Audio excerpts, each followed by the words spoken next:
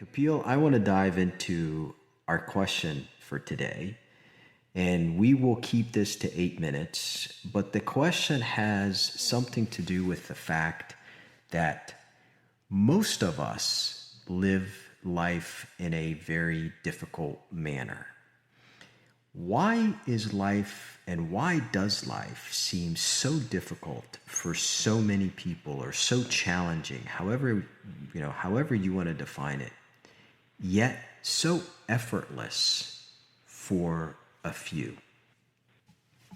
The first thing I'll say is I will set up the response with a preliminary foundation, and that is to say that if I come out and say, well, life is so difficult because of X, then that's very prescriptive and very simplistic, and as a result, very ineffective.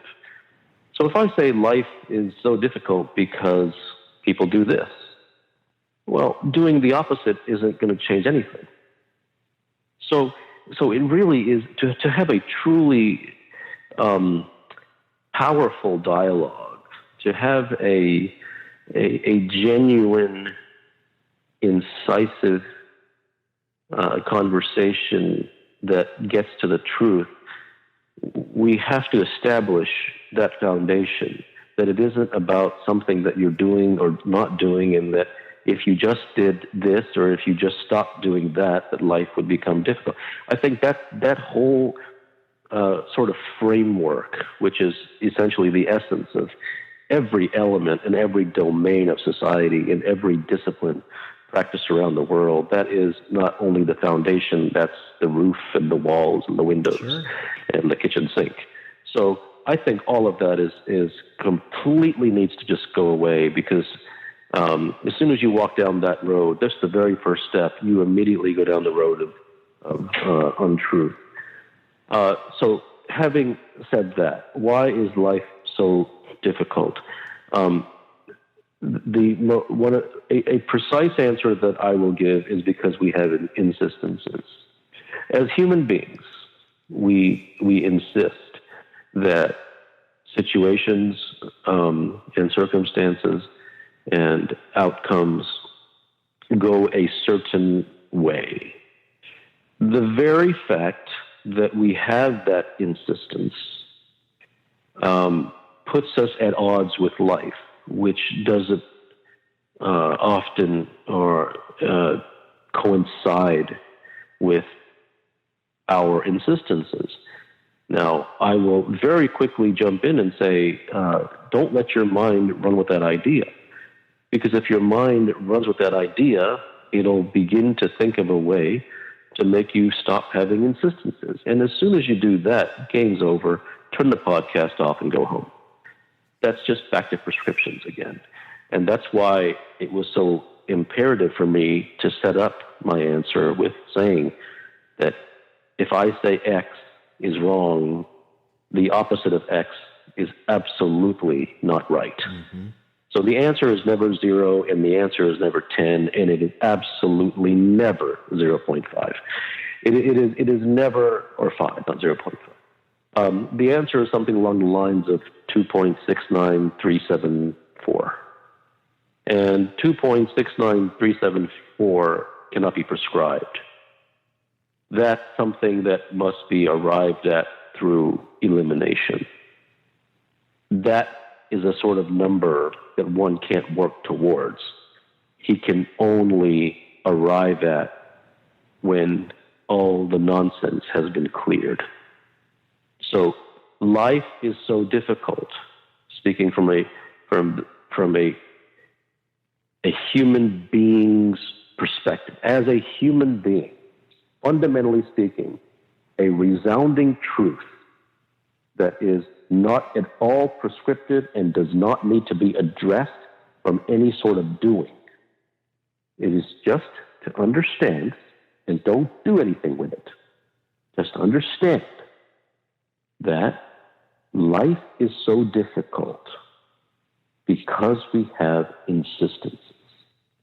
So do we get to, in the last 2 minutes here, what is the process once we know that and once we understand that, what is the process or the path that doesn't make it easier, but just make it less, just let it flow a little bit better, right? I don't even want to say effortless. You hear that I'm watching my words. How do we just let it flow a little bit better? For someone to let life flow by itself, they would have to arrive at a point in which the flowing of life gave them something more than having insistences. Until that point is reached, no human being is ever going to go against his fundamental desire. So if life is going to be allowed to flow on its own, one has to genuinely arrive at the place within him or herself that the flowing of life, or whatever words one wishes to use, carries a greater significance for them than not allowing it to flow. And how would you describe your life right now on that path? Where are you? Learning. And in that process of learning, to you, that's not challenge. That's moving towards your purpose. No, I don't believe in purpose. I don't think life has any purpose. I don't believe in purpose or meaning. I think those are all just intellectualizations that are superimposed upon that which we do not fundamentally understand. For me, this is not my vocation. This is not something that I do a certain number of hours per day or per week. This literally is life and death for me. Me being a human being myself, who is subject to all of the, as Shakespeare would put it, the slings and arrows of life, makes it really hit home for me, and it makes it very personal.